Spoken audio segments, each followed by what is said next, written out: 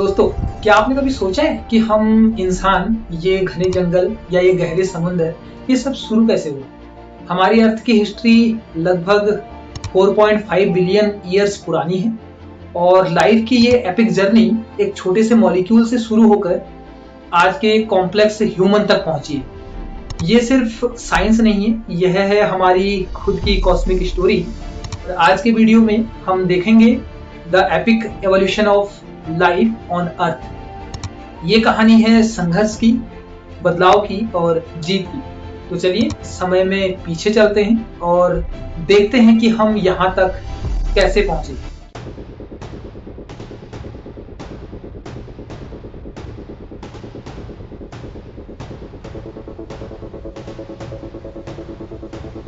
Life की शुरुआत, the primordial spark.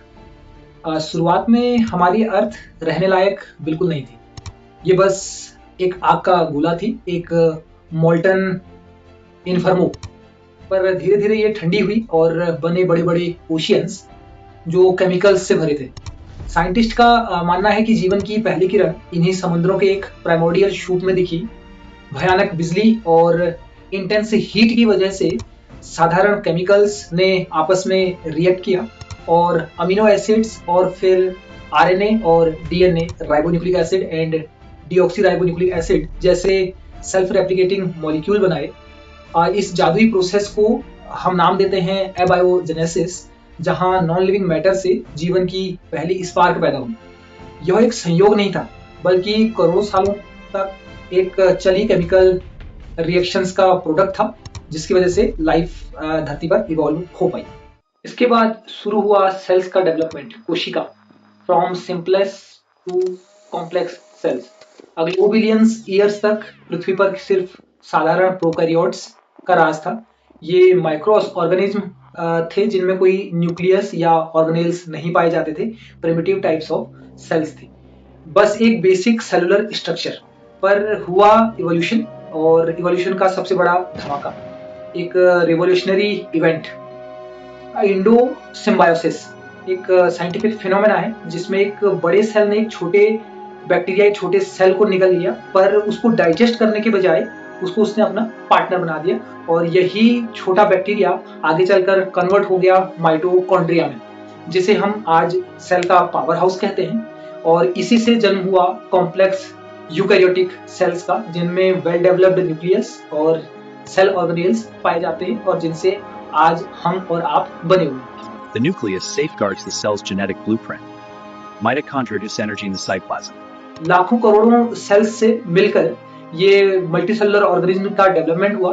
यह सिर्फ एक कदम नहीं था, बल्कि यह एक बेटर लाइफ के लिए एक ब्लूप्रिंट का अपग्रेड था। Billions of eukaryotic cells combine to form multicellular organisms and great diversity of life on Earth. Eukaryotic cells के बनने के बाद हुए कुछ बड़े बदलाव, the Cambrian explosion and consequent of land, ये कुछ उन्हीं मेजर इवेंट्स में से थे।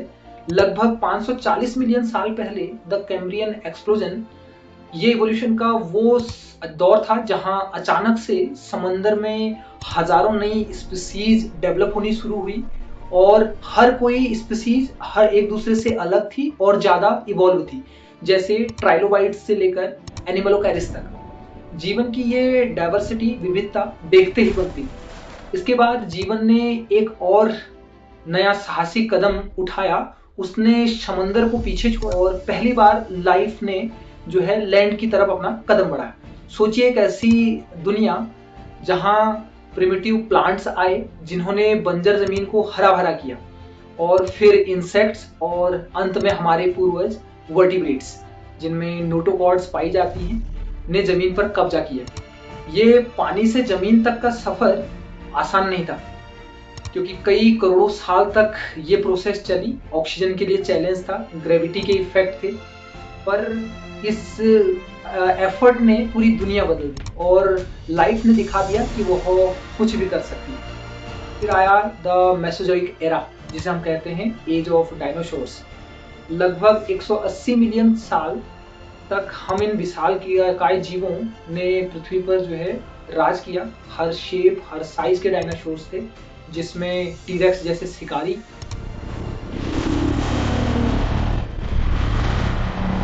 काय शाकाहारी, ये पृथ्वी के डोमिनेंट स्पीसीज थे। पर दोस्तों, एवोल्यूशन का रास्ता हमेशा सीधा नहीं था।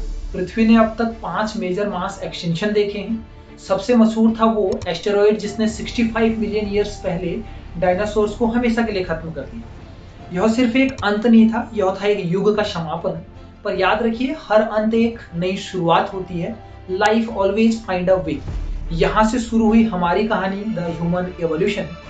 डायनासोर्स के जाने के बाद उन छोटे फुर्तीले मैमल्स का उदय हुआ जो डायनासोर्स के राज में छिप कर रहते थे। अब उनके लिए मैदान खाली था। उन्होंने खुद को अडॉप्ट किया, इवॉल्व किया और अलग अलग इकोलॉजिकल निशेस में फैल गए। और इन्हीं मैमल से हमारा सफर शुरू हुआ।